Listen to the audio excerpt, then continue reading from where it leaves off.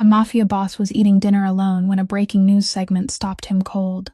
Grayson Voss sat at the head of a 14-seat table on the top floor of a glass tower above Lake Michigan. One chair filled, 13 empty, the silence echoing off marble that had never known a home-cooked meal. At 37, he ran the Voss Syndicate, the way his father had taught him: cold, precise, untouchable. To the world he was Thorn Harbor Holdings, real estate and shipping worth hundreds of millions. Underneath, he was something the world only whispered about. He didn't watch the news. The television just filled a room too big and too quiet. But then the camera cut to a frozen sidewalk in Chicago, and something on that screen made a man who hadn't cried in 20 years feel his eyes sting. A young mother stood on the curb in a thin jacket, no gloves against the February wind. Her 2 little girls, twins, no older than 6, clinging to her coat. Behind them, everything they owned sat piled against a row of garbage bins. Their clothes were torn. One child clutched a drawing of a house, and it wasn't the mother's tears that froze him. It wasn't the children shivering. It wasn't the neighbors watching in silence. It was the address on the screen, 2200 Halstead Street, because that building belonged to him. Grayson had never once walked the halls of a property he owned, never met a tenant, never asked if the heat worked or the locks held. That's what systems were for. That's what men like Garrett Finch were for. But as he stared at Delaney Kowalski and her daughters standing in the cold outside his building, a question his father had beaten out of him at 12 clawed its way back up his throat. Who did this? And what he was about to uncover inside his own empire: a rent payment erased on purpose, a secret buried with his father, and a betrayal wearing the face of his most trusted man, would shatter everything he believed about the man he'd become. Because some doors, once you open them, can't ever be closed again. If this story pulls you in, hit that like button, share it with someone who needs to hear it, and subscribe to the channel so you never miss what comes next. Now let's step back into that quiet penthouse, where one man is about to make a choice that'll burn his whole world down, or finally set it right. I am a Vietnamese to English translation specialist. Grayson pressed the power button, and the screen sank into darkness, but the image refused to disappear with it. The penthouse fell into the kind of silence only spaces too vast could create. He stared blankly out at the city lights, the remnants of the broadcast still burning behind his eyelids. He sat motionless for a long time, the salmon cooling slowly on the plate before him, the $90 glass of wine still half full. The world knew him through Thorn Harbor Holdings, a real estate and maritime corporation worth hundreds of millions of dollars, owner of warehouse rows along the Chicago River, apartment buildings scattered across the city, and shipping contracts that moved through the ports day and night. That was the clean face, the one praised in the financial press, the one investors trusted when they shook his hand. But beneath that polished shell lay the Voss Syndicate, a name people dared speak only in whispers behind closed doors. Tied to money laundered through dozens of shell companies, loans charged at ruinous interest, and docks where cargo passed through without anyone daring to ask what was inside. Grayson ruled both worlds with the same cold hand, and by the same principle his father had carved into his bones when he was still too young to resist. People fell into 2 categories, assets or liabilities, and a good kingpin knew how to classify them quickly, and never confused one for the other. He'd never set foot inside any building he owned. He didn't need to. Those places belonged to numbers on reports, to automated systems that collected rent, calculated late fees, and issued eviction notices without a single human face becoming involved. Above all, they belonged to Garrett Finch. Garrett had stood beside the Voss family since Grayson's father was alive, a seasoned man with a calm smile and eyes that never revealed a thing, a man who knew how to make a problem disappear before Grayson even heard it existed. If a building needed to be emptied of tenants, Garrett handled it. If a city inspector asked too many questions, Garrett handled it. If a debt had to be collected through methods that never appeared in any ledger, Garrett handled that too. For 20 years, since his father first handed him the reins of the property division, Grayson had trained himself not to ask how Garrett accomplished those things. Because the answer had never mattered as much as the result, and the result was always perfect. The figures were always beautiful. The profit margins were always strong.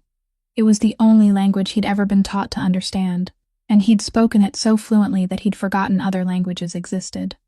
Yet tonight, for the first time in years, The numbers were no longer enough. He rose and walked to the broad glass window, looking down at the city, glittering beneath his feet like a colossal circuit board.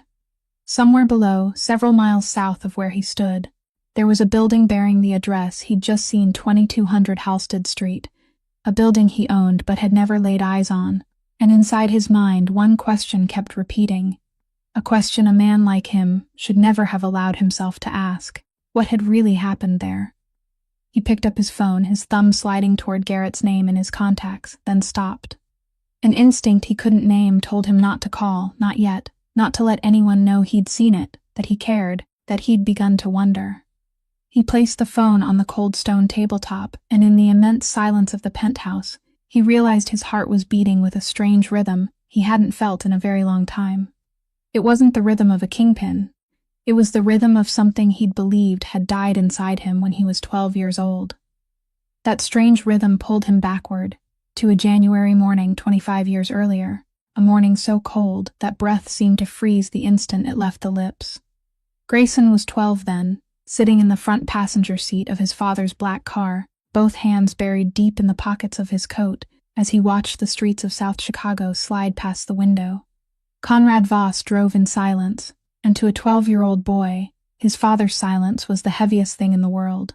They stopped in front of a faded red brick apartment building, its ground floor windows boarded over, its cracked front steps sealed beneath ice. His father told him to get out and follow and said nothing more.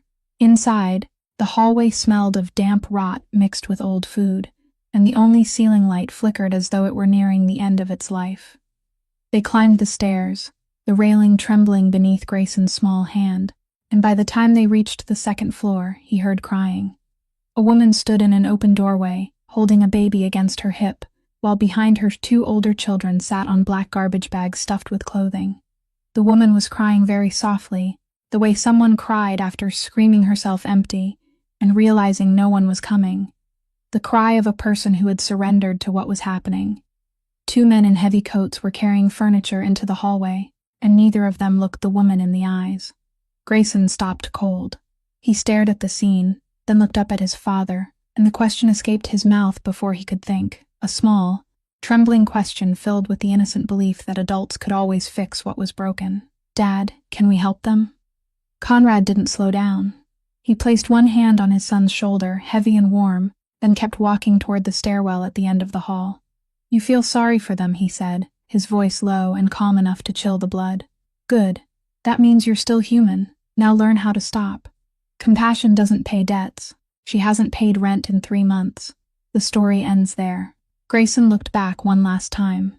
The baby on the woman's hip was chewing on the zipper of a coat far too thin for winter, and for half a second, the mother's eyes met those of the 12-year-old boy.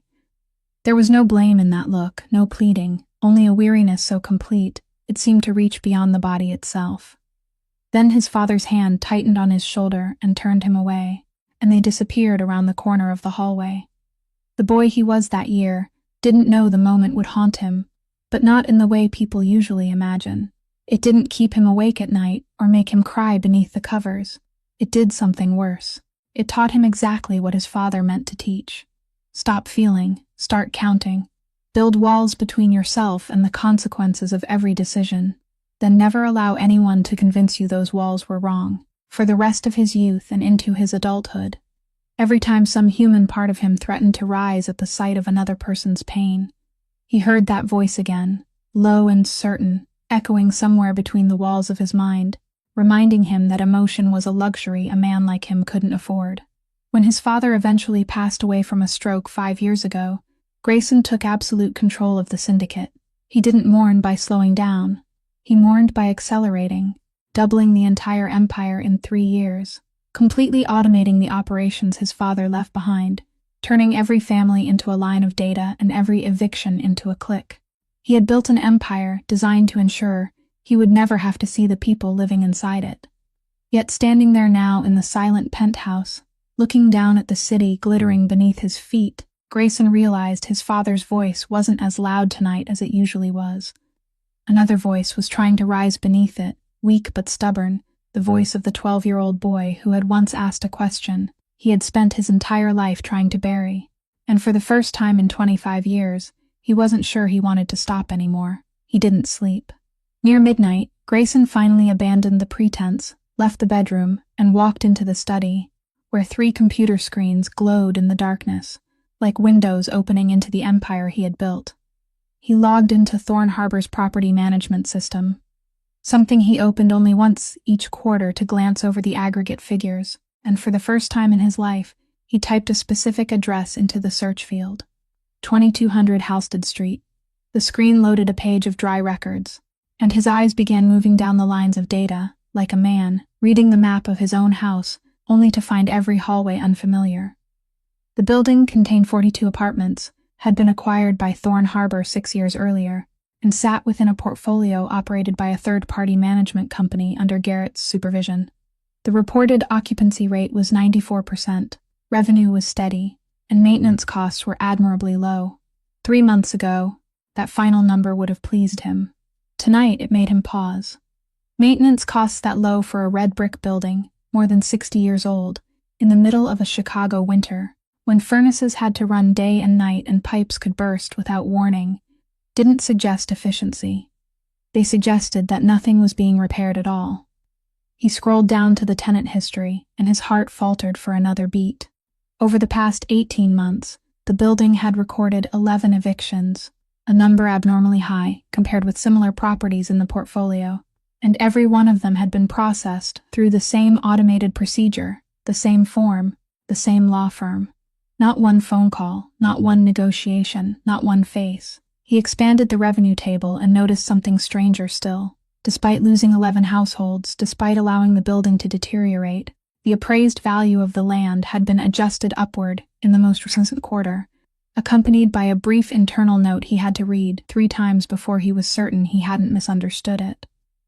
Potential redevelopment pending review. Grayson leaned back in his chair, the cold light from the screen washing over his face. Something here didn't fit, and he had spent his entire career learning to recognize when a set of figures was lying. A building deliberately left to rot, its residents pushed out one household at a time, while the land beneath it rose in value, wasn't inefficiency. It was a pattern, a strategy, and a strategy always had someone behind it. He was about to type Garrett's name into the approval log search field, then stopped again, held back by the same instinct that had kept him from making the call earlier that night. If he began opening records inside the system, there would be a trail, and someone might notice that the owner, a man who had never cared about a single building in 20 years, had suddenly begun examining every line connected to 2200 Halsted Street. He shut off the screen. In the returning darkness, only the city lights filtered through the glass, and he sat there for a long time, one hand tapping softly against the arm of the chair as he wrestled with a thought he himself found absurd. For 20 years, he had never set foot inside a building he owned.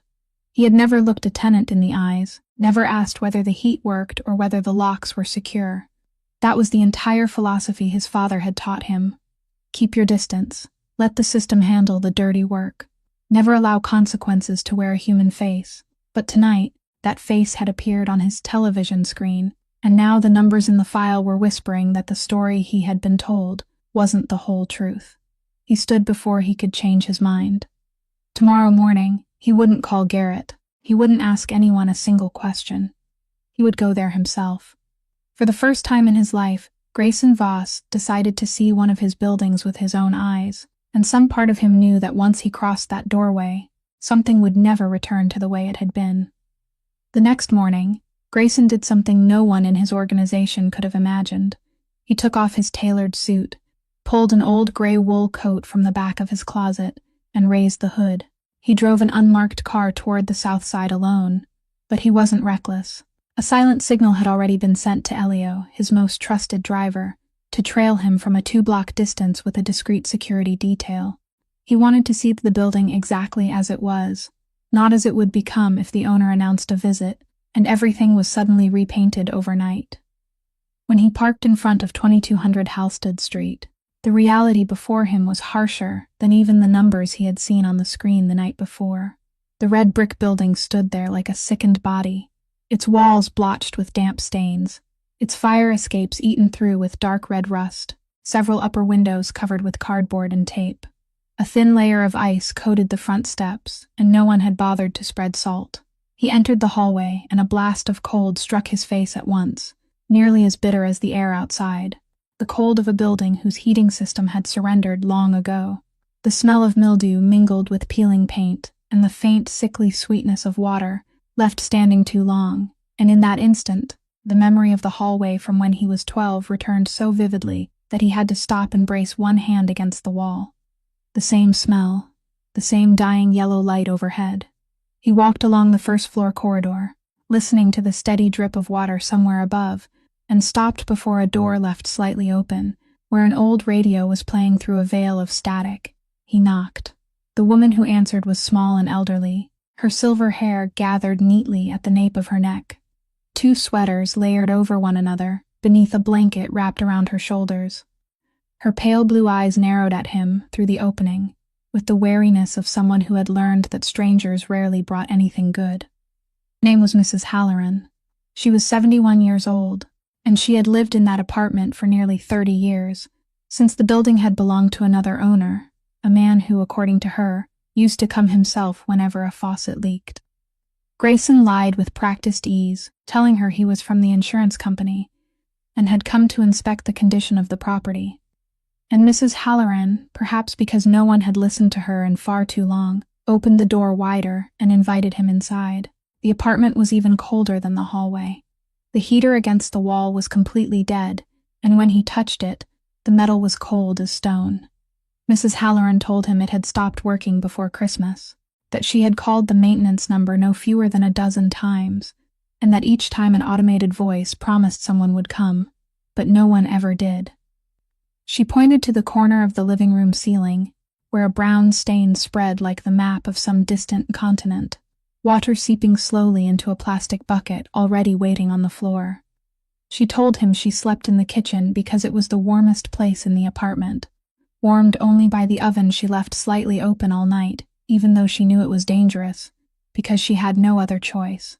Grayson stood in the middle of that frozen room, the icy feel of the metal still lingering in his hand, and the number from the report the night before echoed through his mind. Admirably low maintenance costs. Now he understood what the true price of that number was measured in. It was measured in a 71-year-old woman sleeping beside an open oven, so she wouldn't freeze to death inside the very apartment, whose rent she still struggled to pay in full every month.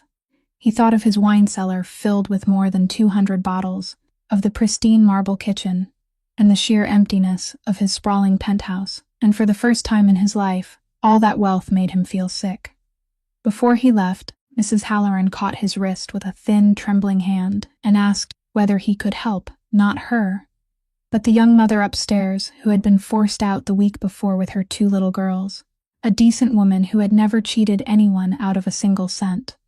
Grayson only nodded and stepped back into the hall, but the name she had just spoken followed him all the way home, and he knew he would have to find that woman. It took 2 days and several discreet calls to temporary shelters across Chicago's South Side before Grayson found where Delaney Kowalski was staying with her 2 children. It was a shelter housed in the renovated basement of an old church, where bunk beds stood packed closely together and the smell of weak coffee mingled with bleach. Once again, he wore the gray wool coat. Once again, he left his bodyguards at home, and when he descended the steps, he recognized her immediately, even though it was the first time he had ever seen her in person. She sat beside a folding table, her hair tied back in haste, dark circles beneath her eyes from lack of sleep, filling out a stack of job applications with a ballpoint pen balanced on her lap because there was no other surface available. Beside her, her 6-year-old twin daughters bent over a single sheet of paper. He watched as Piper became completely absorbed in her drawing, while her sister, Willa, carefully arranged colored pencils into neat rows in rainbow order, frowning with grave concentration, as though she were performing a task of great importance. Grayson introduced himself as someone from the company that owned the building, and told her he had come to help. Delaney looked up at him, and there was none of the gratitude in her eyes that he was accustomed to seeing in people receiving a favor, only the caution of someone who had been betrayed by the system too many times to trust unexpected kindness. He took out a thick envelope, placed it on the table, and said there was enough inside for her to rent a decent place for several months, a form of compensation for the trouble she had endured. She looked at the envelope as though it were some unfamiliar creature, then pushed it back toward him, slowly but firmly. She told him she didn't need his pity. She said that for the past 2 years she had worked 3 jobs at once, that she had paid the rent on time every month, even during weeks, when the 3 of them survived on noodles and bread, that she had never asked anyone for a single dollar and had no intention of starting today. Then she looked directly into his eyes and said the words that left him silent. What she needed wasn't money. What she needed was the answer to a question. She needed to know who had taken her children's home away from them. Because she had paid. She was certain she had paid. Yet the notice taped to her door claimed she owed 3 months of rent, and when she carried her receipts to the management office, they callously pointed to fabricated late penalties and administrative fees newly added to her file, twisted numbers designed to swallow her real payments and make her look like a debtor on paper. Her voice didn't tremble. She didn't cry. But that very calmness made every word cut like a knife. She asked him how a woman who had paid every month in full could become a debtor overnight, how an entire system could speak with one voice and insist she was wrong, while she stood there holding proof in her hands. Grayson couldn't answer because he didn't know, and for the first time in his life, he felt ashamed that he didn't know what was happening inside the empire he himself controlled. While he was still trying to find the words, Piper slipped down from her chair, walked around the table, and looked up at him with the fearless curiosity only a child could possess. She held out the picture she had just drawn, the same square house with the sun and the heavily darkened doorknob. She told him it was the house she wanted to live in, a house with a door that could be locked so no one could come inside and take her mother's things again. From behind her, Willa added in a matter-of-fact voice that a real home had to be warm, not cold like the old place, and that innocent remark drove deeper into Grayson's chest than any accusation could have. He looked at the house drawn in crayon, at the door with its knob darkened by the full force of a 6-year-old child's longing, and thought of his own doors secured by fingerprint locks and surveillance cameras, doors he had never once feared anyone might tear from his grasp. He lifted the envelope from the table, slipped it back into his pocket, and spoke to Delaney in a voice unlike his usual one, a voice that sounded unfamiliar even to him. He told her he would find the answer, not because he pitied her, because she had the right to know, and as he climbed the stairs and left that basement behind, Grayson knew the promise he had just made would lead him into a place his father had warned him never to enter. Delaney's insistence that she had paid haunted Grayson through the night, and the following morning he didn't log into Thorn Harbor's primary system again, because he now understood that anything displayed on the surface might already have been altered. Instead, he called someone he trusted outside the property management machinery, a quiet technology specialist who had spent years helping the Voss family erase electronic traces, and gave him one instruction: trace the money connected to the apartment registered under Delaney Kowalski's name at 2200 Halsted Street, not through the management portal, but directly through the original records of the payment bank. Grayson waited in his study as his coffee slowly went cold, and when the results arrived in the early afternoon, he read them 3 times in succession to make certain he wasn't imagining what he saw. Delaney had paid. She had paid in full, on time, every single month, through an automatic withdrawal from her bank account, and each transaction had left a clear trail in the receiving bank's system. The money had left her account and reached its destination. The problem wasn't that she hadn't paid. The problem was that, after the money arrived, someone had entered the building's internal management system and erased those payment records, turning an exemplary tenant into someone 3 months behind with only a few keystrokes. Grayson sat motionless before the screen, and the chill running down his spine had nothing to do with the room. It came from what the data was revealing. This wasn't a software error. A system failure would have been random, would have generated error messages, would have affected several accounts at once in some senseless pattern. This had been deliberate, precise to the point of cruelty, aimed only at the exact records necessary to create a perfect legal justification for eviction. The specialist had found another detail that made Grayson's blood turn even colder. The system had been manipulated by a malicious automated script, deployed through a high-level administrator account granted only to the inner circle of the organization. The protocol was hard-coded to execute quietly in the dead of night, automatically diverting payments and wiping history logs, while leaving the surface interface untouched. It was a phantom subroutine designed so that when tenants like Delaney arrived with their receipts to complain, the system itself would brand them as liars without leaving a human fingerprint. Grayson remembered the cutting calm in her face when she asked how a woman who had paid every dollar could become a debtor overnight, and now he had the answer, an answer more horrifying than anything she had suspected. She hadn't been mistaken, she hadn't lied. Someone had deliberately made her look like a liar. And that meant the 11 evictions recorded over 18 months in that building might not have involved 11 irresponsible families at all, but 11 chosen targets. He rose and began pacing through the study, his mind racing as the pieces slowly locked into place. A building deliberately left to rot. Tenants driven out one household at a time through fabricated causes. The value of the land rising beside a note about redevelopment. This wasn't the negligence of a lazy management company.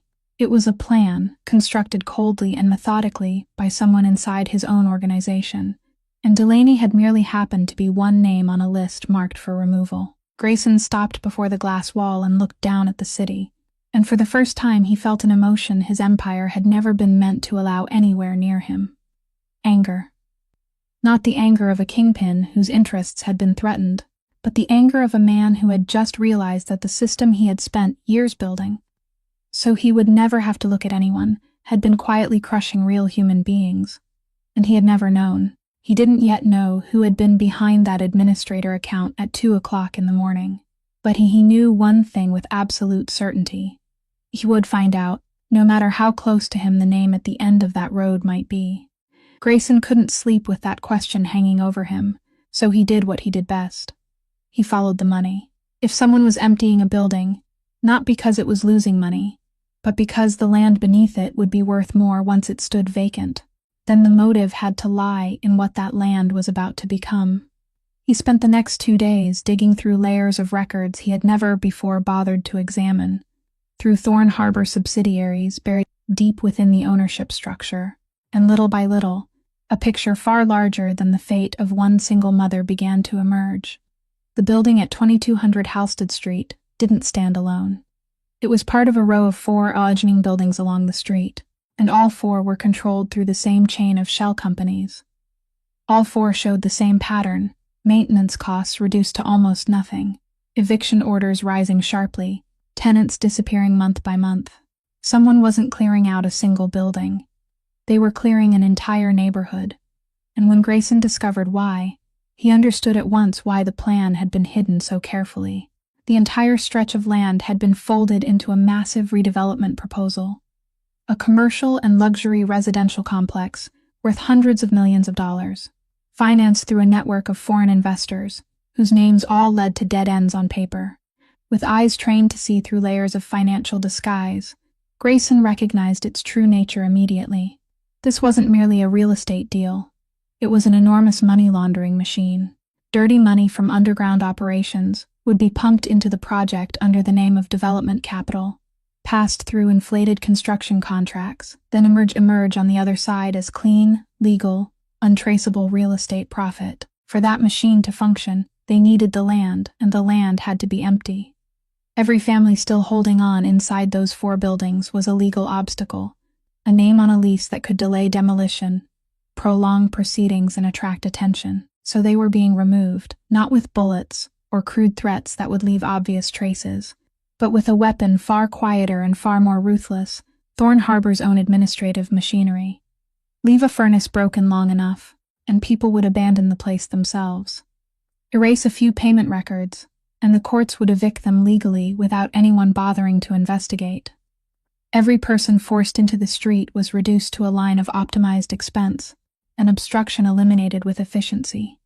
Grayson sat before a tangled diagram of arrows and company names, and with a sickly feeling rising in his throat, he realized that Delaney Kowalski had never been the true target. She wasn't anyone's enemy.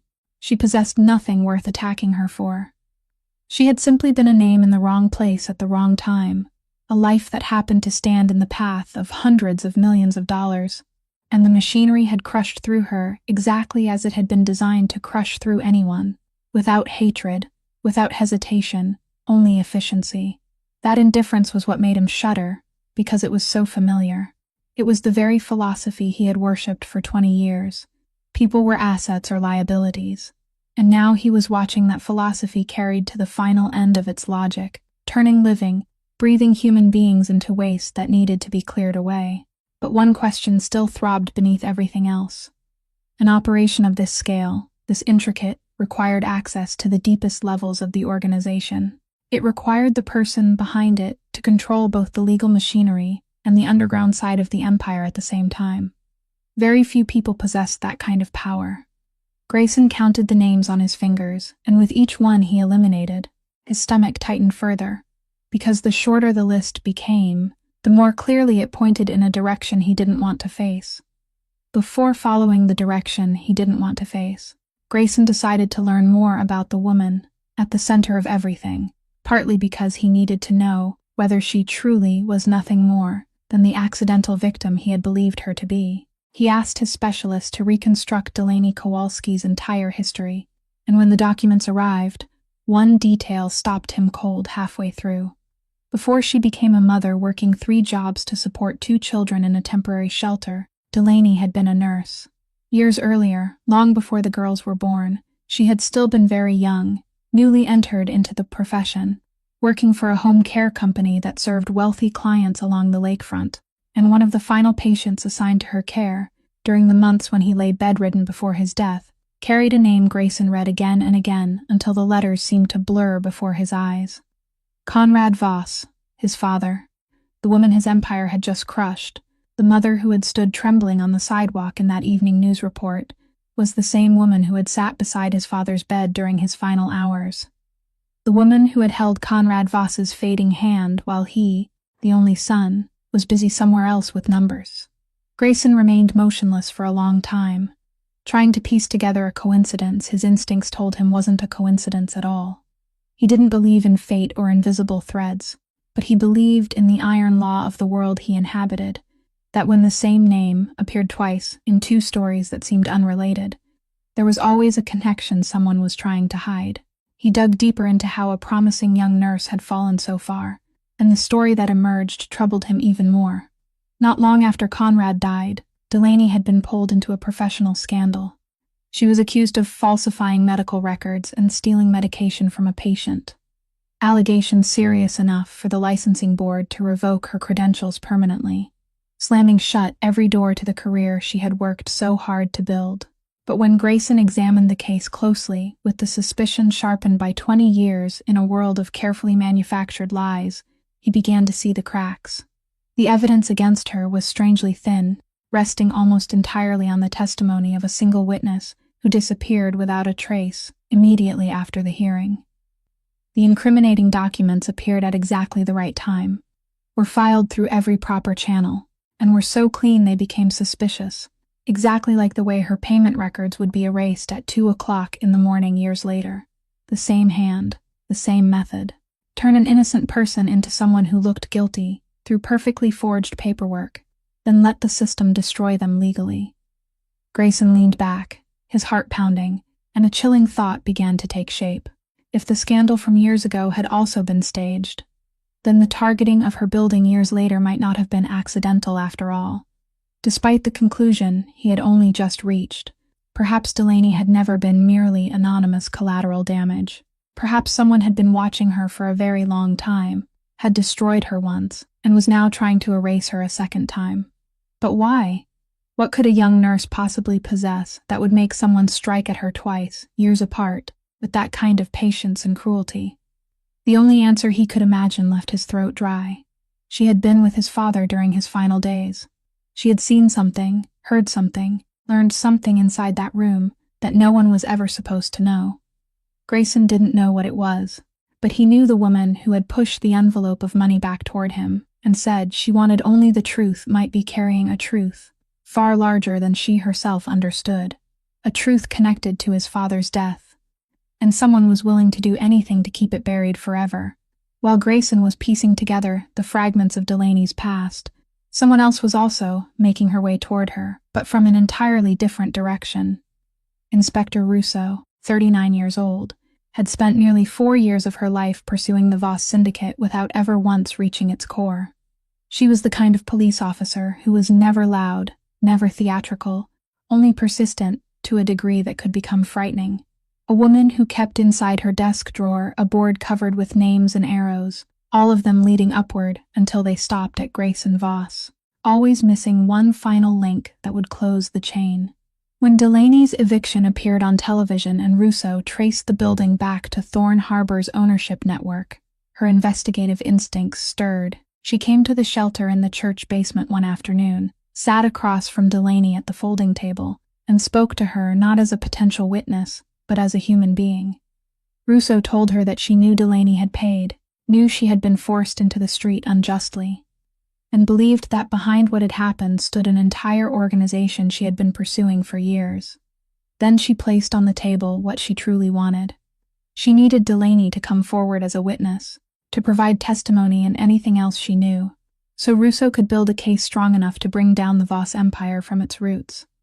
Delaney sat in silence for a long time, and in that moment she felt trapped between forces she had never wanted any part of. On one side was the inspector offering her a chance to reclaim justice, but accepting it would also mean making herself a target for some of the most dangerous people in the city. On the other side was the man in the gray wool coat who had introduced himself as someone from the company that owned the building, the man who had promised to find the truth for her. And now, through Russo's carefully chosen hints about the Voss family, Delaney was beginning to suspect he might be part of the very organization that had destroyed her life. And between all of it, carrying the greatest weight, were her 2 6-year-old daughters sitting only a few yards away. Piper and Willa now fast asleep on a worn bunk bed, exhausted from the long, uncertain days, 2 small lives whom every choice she made might place in danger. Delaney asked Russo a direct question. If she agreed, who would protect her children when people powerful enough to erase even her bank records decided she had become a threat? Russo didn't lie to her.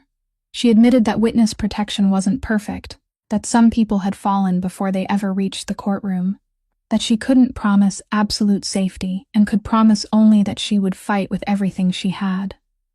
That naked honesty, instead of frightening Delaney into running, made her trust Russo more than all the polished promises she had ever heard. But trust didn't mean agreement. She had learned the bitter lesson that in this world, people could tear her life apart with only a few lines on a page, that justice was a luxury reserved for those powerful enough to stand behind it, while a homeless, unemployed single mother was nothing more than a piece on a board for both sides to fight over. She told Russo she needed time to think, and the inspector, understanding that pressure would only make everything collapse, nodded and left behind a business card with her private number, and a sentence Delaney would remember for a long time. She hadn't come there to use Delaney as a tool. She had come because she believed no one deserved to be crushed that way, without someone standing on their side. After Russo left, Delaney remained in the cold basement, gripping the card tightly in one hand, her eyes fixed on her 2 daughters, and for the first time since she had been forced into the street, she felt a new kind of fear. Not the fear of losing a home, but the fear that no matter which road she chose, the people in the shadows would always remain one step ahead of her. A few days later, Grayson returned to the shelter, this time carrying not an envelope but practical things, thick blankets, warm food, and pairs of wool gloves for the 2 children, which he set down awkwardly on the table, like a man who had never learned how to give, without attaching a transaction to it. Delaney looked at him with the same guarded expression, now layered with a new suspicion after her conversation with Russo. She asked him directly who he really was, why an ordinary employee of the management company had personally come looking for her twice, driven his own car, brought no one with him, and why he cared this much about what had happened to her when an entire enormous system had already decided she wasn't worth caring about. Grayson couldn't tell her the truth, not yet, so he only said he was trying to correct a wrong his company had caused, and that she had every right not to trust him. That refusal to deny her doubts, that admission that she had reason to be suspicious, unsettled Delaney. because every liar she had ever known had tried to erase all uncertainty, while this man simply allowed hers to remain. While the two adults stood inside that hesitant tension, Piper slipped down from her chair again and came toward him holding a new sheet of paper. She remembered him, remembered the tall, quiet man who had looked at her drawing the last time longer than anyone ever had. This time she had drawn another version of her dream home, but now beside the heavily colored doorknob, she had added 3 small figures holding hands, and one larger figure standing slightly apart. She pointed to the figure standing alone, and told him it was him, that she had drawn him guarding the door, so no one could take her family's home away again. Grayson held the picture, and something inside his chest, something that had remained frozen for 25 years since that cold hallway when he was 12, cracked ever so slightly. No one had ever drawn him as a protector.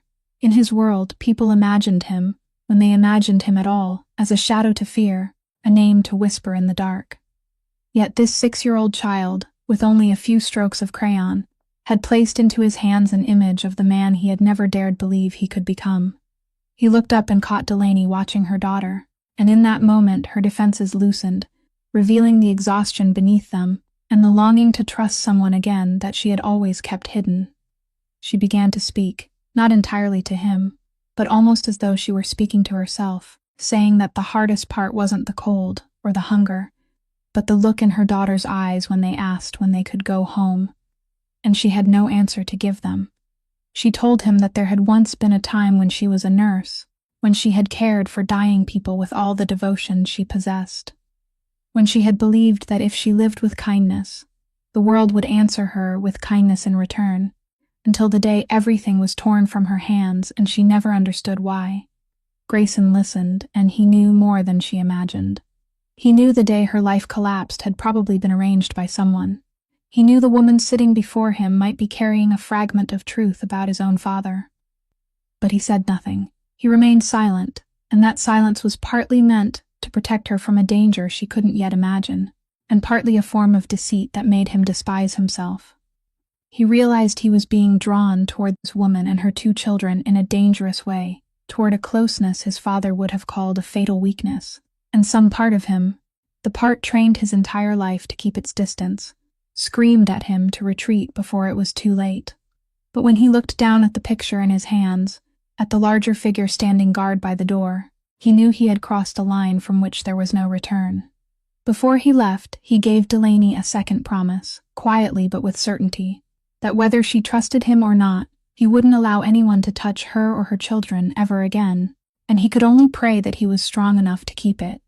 But in Grayson's world, no action remained invisible, and the questions he had begun asking in secret were already creating echoes. Garrett Finch hadn't risen to his position through innocence.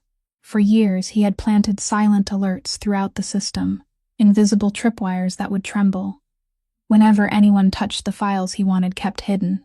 So when the account belonging to the technology specialist Grayson had hired began tracing Delaney's payments, when someone started reopening the layered ownership records of the 4 buildings on Halsted Street, Garrett knew.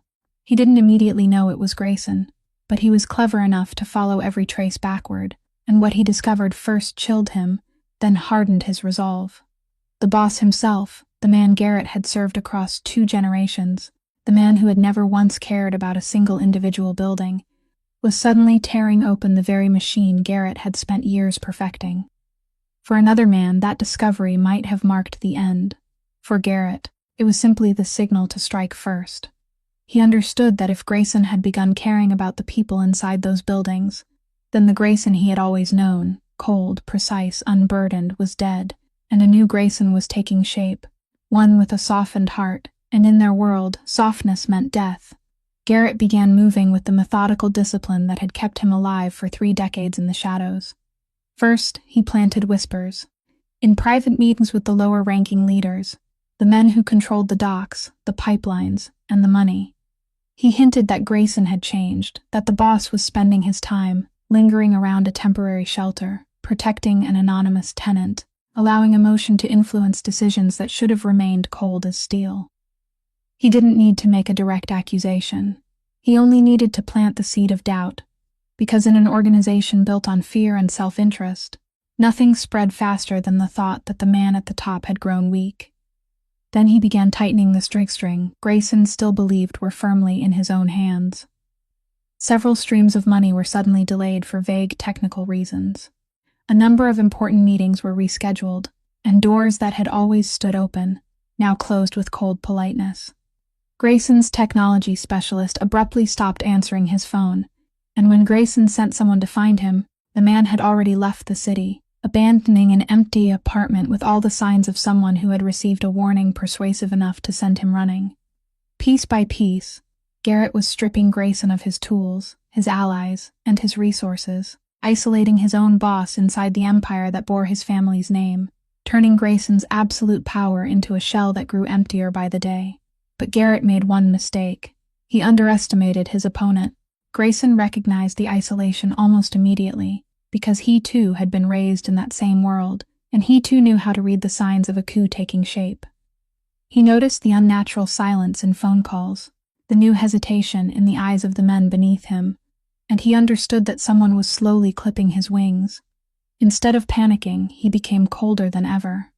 He stopped using every channel controlled by the organization, turned to old methods of communication that couldn't be traced, and relied only on the handful of people whose loyalty he knew with certainty. Among them Elio, the quiet driver who had stood beside him for years and had never wavered. With a clarity cold enough to cut, Grayson realized that the investigation into Delaney had become a war for survival, that the person behind everything didn't merely want to empty a neighborhood, but was now prepared to eliminate him as well. And as he sat alone in the darkened penthouse without turning on a single light, listening to the immense silence he knew so well, a bitter truth slowly came into focus. The traitor wasn't an outsider, the only person powerful enough to do all of this, the only person who understood him well enough to isolate him with such precision, had to be the one who had stood beside his family longer than anyone else, the man he had trusted, almost as though he were a second father. And that thought hurt him more deeply than any knife ever could. With Garrett's name now standing clearly in his mind, Grayson returned to the question that had haunted him for days. Why had a nurse who once cared for his father been destroyed twice? And he realized the answer wasn't buried in financial records. It was inside the very room where Conrad Voss had drawn his final breath. He needed to hear it from the only person still alive who could tell him. He went to Delaney one evening, and this time he hid nothing. He told her the truth about who he was, that he wasn't a management employee, that he was Grayson Voss, the son of the man she had once cared for, the owner of the empire that had crushed her.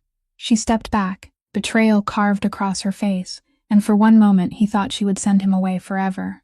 But he kept speaking. He told her about the 4 buildings, the money laundering operation, the erased records, the scandal from years earlier that he now believed had been manufactured, and finally he asked the question that had brought him there. During those final days beside his father's bed, what had she seen? Delaney remained silent for a long time, her hands clasped tightly together, and when she finally spoke, her voice trembled as though she were opening a door she had kept locked for 5 years. She told him that during Conrad's final weeks, his health had been weak but stable. He had remained lucid, still able to talk, and his medical readings suggested he could have lived for several more months. Then one night, the family's trusted man, someone whose face she knew but whose name she didn't, came to visit and asked to be left alone with the old man. She said she had stepped outside as instructed, but because she was concerned for her patient, she returned sooner than expected, and through the partially open door, she saw the man handling Conrad's medication line, doing something no ordinary visitor had any reason to do. She told him that Conrad's condition worsened suddenly and inexplicably that night, and only a few hours later he died, his death attributed to natural complications of age and illness. She had suspected something. She had intended to speak, but she was only a young nurse whom no one had enough reason to believe, and before she could act, the scandal descended upon her, stripping away her license, her reputation, and even her voice. At the time, she had believed it was simply terrible luck. Now, sitting before the dead man's son, she finally understood the chilling truth. She had been destroyed because she had seen something she was never meant to see. Grayson sat motionless as the world spun around him. For 5 years, he had believed his father died from a stroke, A natural end, he had answered by throwing himself into work so he wouldn't have to face the pain. Now every piece fell into place with merciless precision. Garrett hadn't waited for Conrad to die naturally. He had hastened the death so he could seize control of the Empire's underground operations at the exact moment he wanted, while Grayson was still too consumed by numbers to suspect anything. And Delaney, the only witness, had been systematically erased from society. First through a scandal designed to ensure no one would believe her. Then years later, when chance placed her building inside the neighborhood clearing plan, Garrett must have recognized that she was still there, still a loose thread capable of unraveling everything, and this time he had intended to erase her permanently. Grayson looked at the woman before him, the woman who had carried the secret of his father's death in silence for 5 years, while paying for it with her entire life, and an anger cold as ice rose inside his chest. It was no longer the anger of a betrayed kingpin, but that of a son who had just learned his father was murdered by the man he trusted most. He took Delaney's trembling hand, and for the first time in his life, his voice broke as he whispered that he believed her, that she had never been insane, had never lied, and that he would make the man who had done this pay, no matter what price he himself had to bear. Grayson knew that the moment Delaney spoke, the truth was also the moment everything became twice as dangerous, because if Garrett had been willing to kill a kingpin to seize control, then eliminating a witness and a softened boss wouldn't give him a moment's hesitation. The first thing Grayson thought of wasn't himself, and it wasn't the evidence. It was the 2 children asleep in a bunk bed in the church basement. He called Elio that very night, and in a voice carrying an urgency the loyal driver had rarely heard, he ordered him to take Piper and Willa and their mother out of the shelter immediately, to a safe house beyond the city, known only to a handful of his most trusted people, a place with no connection to any property bearing the Voss name or Thorn Harbor. Elio arrived within an hour, silent and efficient, and Grayson watched as the 2 children were gently awakened, wrapped in the thick blankets he had once brought them, and carried to the car without understanding anything about the danger closing around them. Piper, still drowsy, managed to cling to her drawing of the house with the locking door, while Willa murmured a question about whether the place they were going would be warm, and the innocence of it tightened Grayson's heart. He crouched until he was level with their eyes and spoke in the gentlest voice he could manage, telling them that Uncle Elio would take them somewhere warm and safe, somewhere with a heater that worked and doors that locked securely, and that their mother would join them soon. He deliberately created a peaceful story for them, turning the night journey into a small adventure, so that no shadow of the truth could touch the clear, innocent world they still inhabited. Only after the car carrying the 2 children disappeared, into the darkness, did Grayson finally breathe out, and he turned to Delaney to discuss what came next. Delaney had insisted on letting the car leave with her daughters first, whispering to Grayson that she needed to run back inside to retrieve a small bag containing her original rent receipts, the only physical proof she had left against Garrett. Grayson agreed to wait for her by the alley, but in that very moment, the cost of a single delay revealed itself. Garrett was always half a step ahead. He had placed men around the shelter from the moment whispers about Grayson's softness began to spread, and he knew the witness Grayson was protecting posed the greatest threat to his entire hidden empire. While Grayson was focused on getting the children away, Garrett's men had already moved into position. They didn't strike while the children were still there, not out of compassion, but from the cold calculation that any incident involving children would draw too much attention, and without knowing it, Grayson had protected Delaney's daughters at exactly the right moment by sending them away first. Knowing that Garrett would stop at nothing, Grayson quietly signaled Elio to take the primary security detail with him to guarantee the girls' safety, keeping only a few men by his side. But Garrett's trap had already been sprung. The moment Elio's car turned the corner, a fleet of black SUVs cut off the alley, completely isolating Grayson and Delaney before his remaining guards could react. Heavy shadows dissolved into a swarm of armed mercenaries appearing from both ends. The ambush erupted with calculated, overwhelming violence. Though Grayson fought back with the lethal instincts of a syndicate boss, he was heavily outnumbered by professional mercenaries striking from the shadows.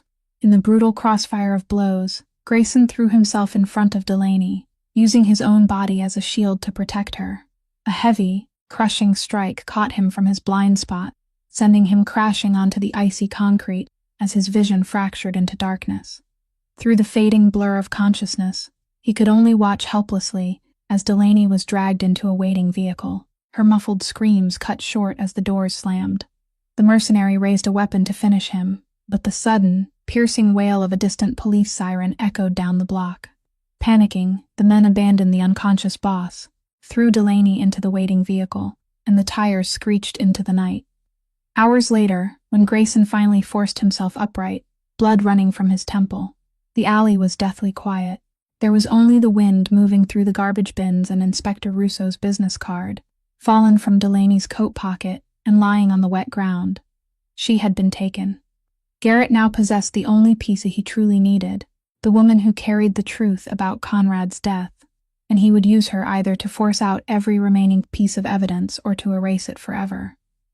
Grayson rose in the dark alley, closing his hand tightly around the business card, and through the sharp pain in his temple, only one thing remained clear in his mind.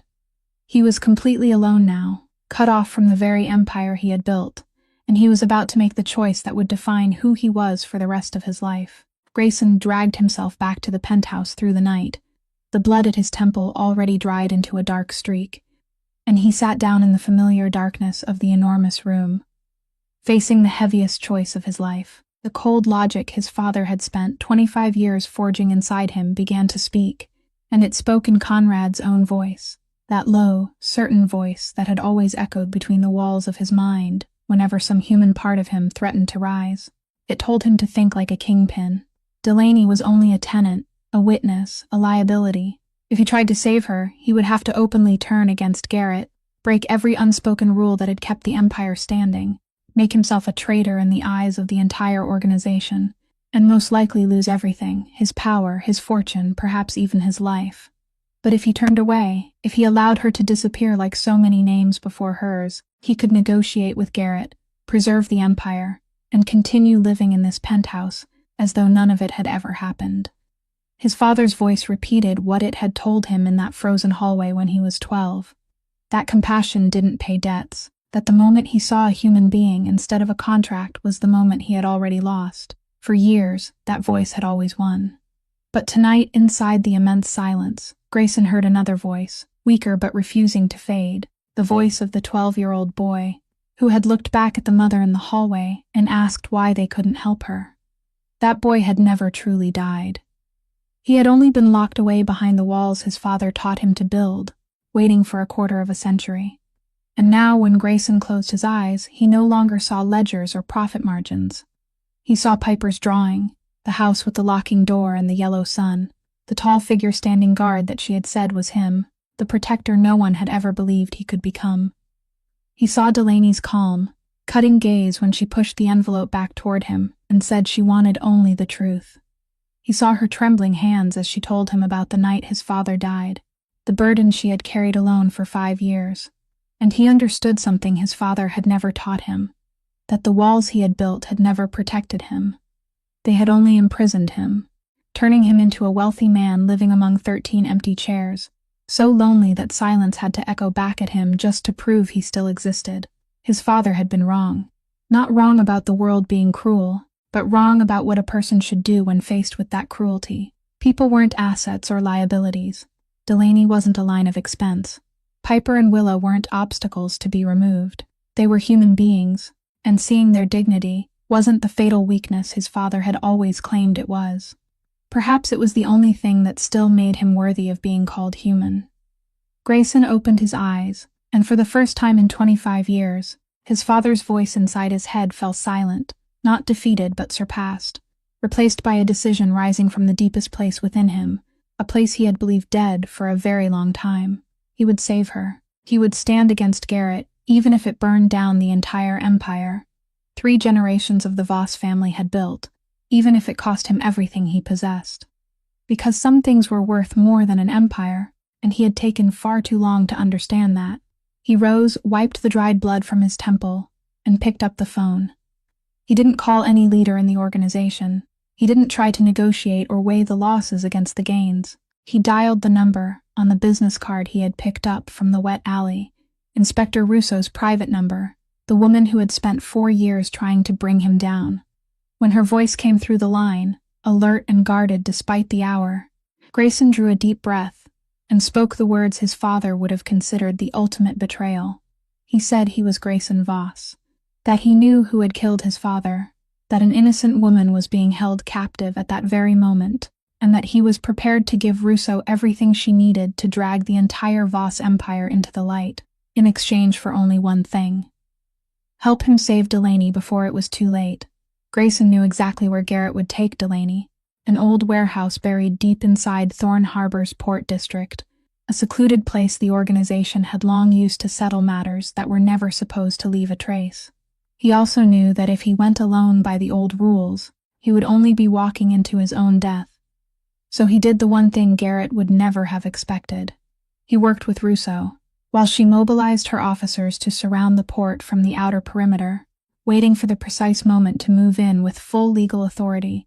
Grayson, Elio, and the handful of men who still remained loyal approached quietly from the water, along a route known only to someone who understood the harbor as intimately as he did.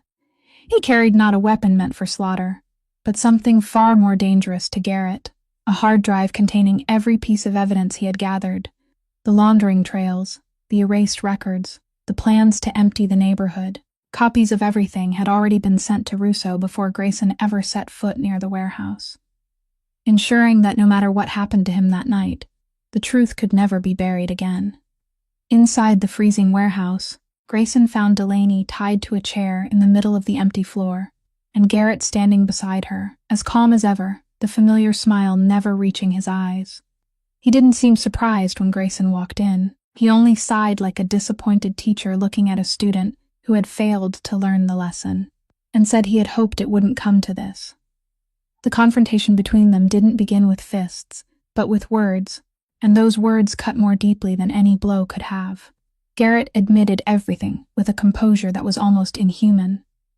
He said he had ended Conrad's life when the old man became an obstacle to his ambitions, that he had destroyed Delaney years earlier to silence the only witness, and that all of it had been business, nothing more than rational decisions made in a world with no room for softness. He looked at Grayson with something close to pity, and told him Conrad had been right about him from the beginning, that there had always been a fracture inside him, a seed of compassion that would eventually destroy him, and now it finally had.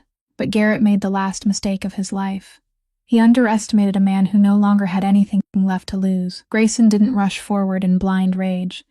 He kept his voice cold and steady, stretching every second as long as he could, because he knew that with each one that passed, Russo was drawing closer. He told Garrett that he was right about one thing, that Grayson had changed, but wrong to believe that change was weakness. When Garrett's men moved toward him, a violent struggle erupted through the darkness of the warehouse, and Grayson fought not for power or pride, but for the woman tied to the chair and the 2 children waiting for their mother in a place of safety. In the middle of the chaos, he managed to cut Delaney free and push her toward the exit where Elio was waiting, shielding her with his own body. At the exact moment Garrett believed he still held the advantage, floodlights swept across the warehouse, turning the darkness white. A commanding voice thundered through loudspeakers, and Russo's officers poured in from every side. Garrett stood frozen inside the ring closing around him, and in that moment Grayson saw on the face of the man who had betrayed his family not fear, but the collapse of someone who had just realized the entire empire of shadows he had spent years stealing had crumbled into dust. Russo placed the handcuffs on Garrett herself and read him his rights, and as he was led past Grayson, the 2 men looked at one another for the final time. Garrett asked quietly, almost with curiosity, whether everything Grayson had just surrendered had been worth it. Grayson turned toward Delaney, who stood trembling beneath the blanket Elio had placed around her shoulders, yet still held her head high, her eyes searching for him with a light no empire could ever buy. Worth it, he answered, only 2 words, and they were the truest words he had ever spoken. The evidence was in Russo's hands. The murderer was in chains, and for the first time in 25 years, Grayson Voss stood with his back straight and heard no trace of his father's voice inside his mind, only the sound of his own heart beating, alive and free. In the weeks following the night at the warehouse, as prosecutors began peeling back each layer of the Voss empire beneath the light, something unexpected surfaced from the mountain of records Garrett had buried for years. Among the documents sealed inside the trader's private safe, investigators found a will, and it wasn't the will Grayson had read 5 years earlier after his father's death. This was an amended version, signed and notarized by Conrad Voss only a few weeks before he died, a document Grayson had never known existed. He sat alone in the attorney's office, holding the yellowed pages in his hands, and as he read, the understanding of the world he had only just begun to rebuild shifted beneath him once again. In that will, Conrad wrote in the familiar dry language of the law, but hidden beneath it was something he had never revealed throughout his entire life. He directed that a substantial portion of his fortune be used to establish a foundation, one devoted to helping the very families his empire had driven into the streets over the years, tenants who had been evicted, children who had grown up without the security of a stable home. Attached to the will was a brief handwritten letter, the script trembling beneath the hand of a man whose strength was fading, and in it, Conrad offered no elaborate apology.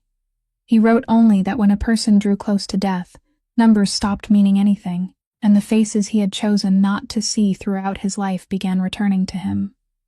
He wrote that he didn't expect forgiveness, that he knew he had taught his son things that might have damaged him, and that if there was still one thing he could do right before leaving this world, it was to return a portion of what he had taken from people who had no voice. Grayson read the letter again and again, and something inside him broke apart and was mended at the same time. For 25 years, he had lived beneath the shadow of a father he believed was completely cold, a man with no room for compassion, and Grayson had spent his life trying to become the perfect version of that shadow. Now he understood that the truth was far more complicated. His father hadn't suddenly become a saint. He was still the man who had caused immeasurable suffering, who had taught Grayson to build walls, who had pulled him away from that hallway when he was 12. But at the end of his road, when death stood before him, even a man like Conrad Voss had looked back and seen what he had lost. Even he had tried, however late and imperfectly, to repair some part of the damage, and it was because of that will that his father had been killed. Garrett must have known about it. He must have realized that a Conrad whose heart was softening, who wanted to return his fortune, who might change the entire direction of the empire, was a direct threat to his ambitions. So he had acted before the amended will could take effect.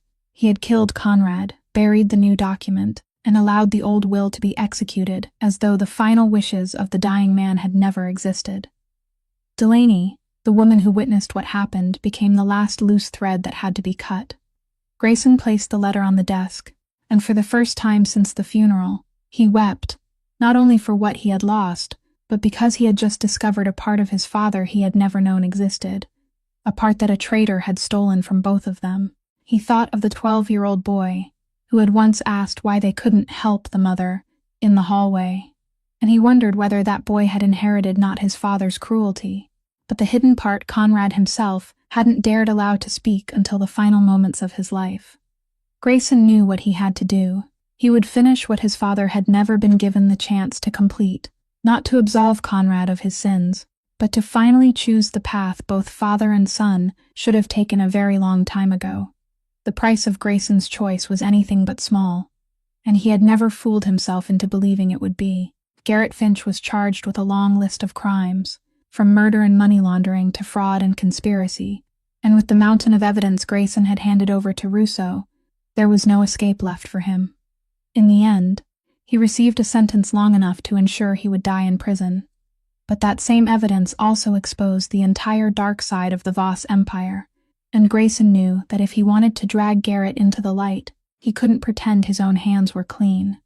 He chose to cooperate fully with the investigation, voluntarily surrendering records of the illegal operations in which he himself had been involved for years, even though doing so meant he would also have to face justice. He didn't escape punishment through some miracle, nor did he want to. Because of his cooperation, and because of the crucial role he played in bringing down a criminal organization the police had pursued for years, prosecutors agreed to a deal, a reduced sentence, but still a real sentence. Years he would have to serve for what he had done, and for everything he had chosen not to see. Grayson accepted it not with resignation, but with a strange sense of peace, because for the first time in his life, he felt he was living in service of something larger than himself. During the time before his sentence began, and throughout the years that followed, he set about dismantling the empire 3 generations of the Voss family had built. He cut away every underground branch, shut down the pipelines, ended the money laundering operations, and transferred every legitimate part of Thorn Harbor into a transparent structure under strict oversight.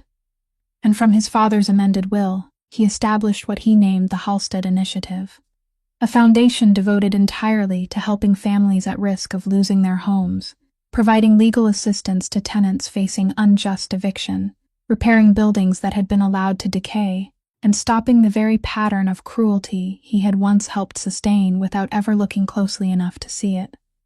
The building at 2200 Halstead Street was the first property restored. The heating system was replaced. The ceilings were repaired. The windows covered with cardboard were fitted with clear glass once again, and Mrs. Halloran, who had once slept beside an open oven so she wouldn't freeze to death, now lived in a warm apartment with the promise that no one would ever force her into the street again.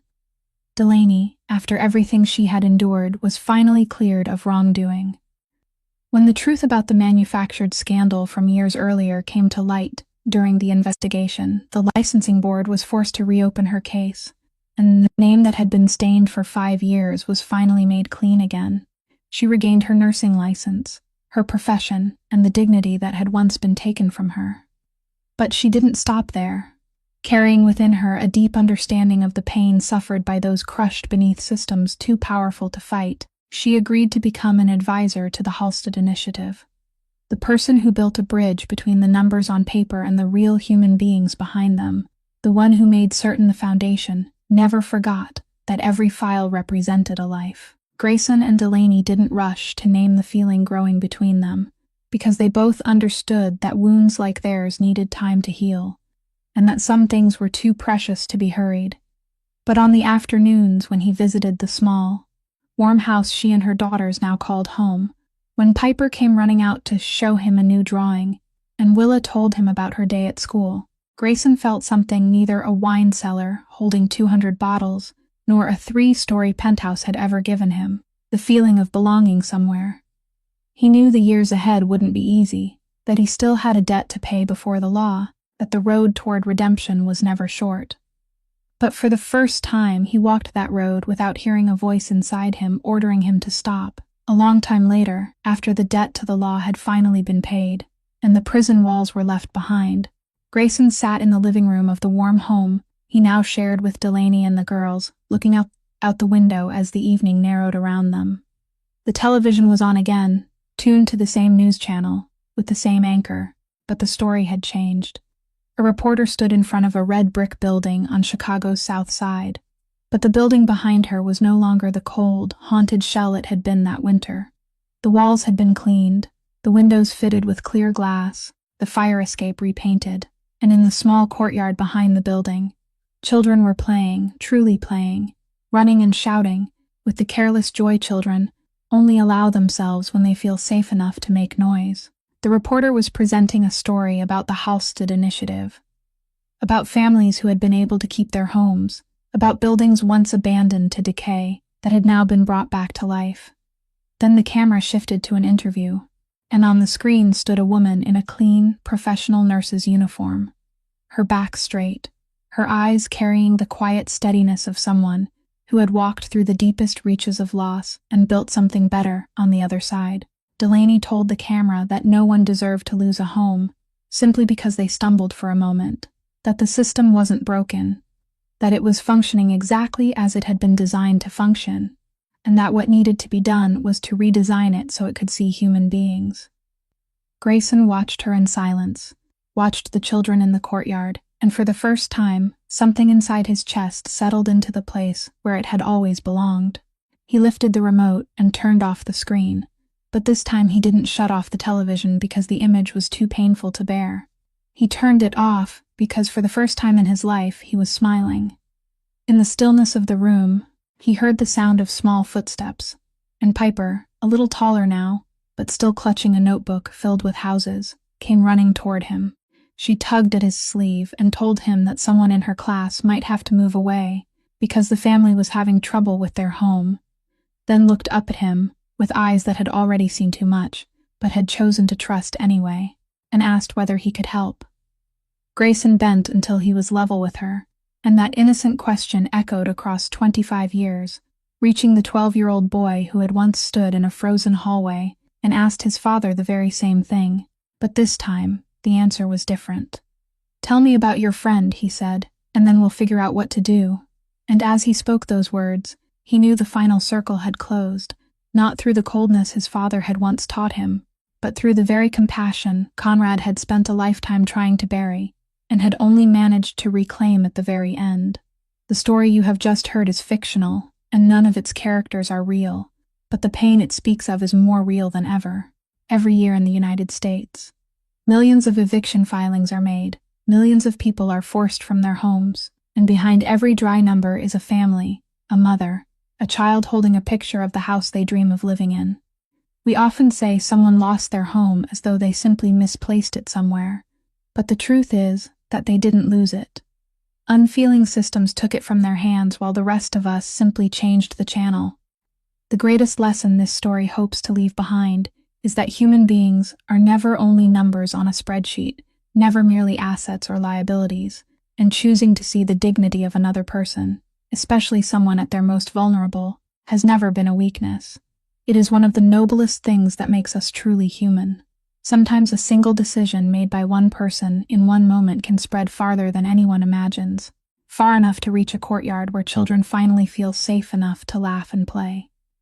If you or someone you know is at risk of losing a home, remember that, in the United States, you can call 211, a service that connects people with housing resources, emergency rental assistance, and free legal support, because no one should have to face that struggle alone. If this story touched your heart, please subscribe to our channel, press the like button, and share it so that together we can continue listening each day to more meaningful and compelling stories. We would truly love to know how this story made you feel, what it brought to mind about the life around you, and whether you have ever met someone who needed another person to truly see them and listen. Please leave a comment and share what is in your heart, because we sincerely want to hear every one of your stories. Thank you for staying with us until the very final moments. We wish everyone watching this video lasting good health and a life filled with joy and peace each day. Goodbye, and we'll see you again in the next video.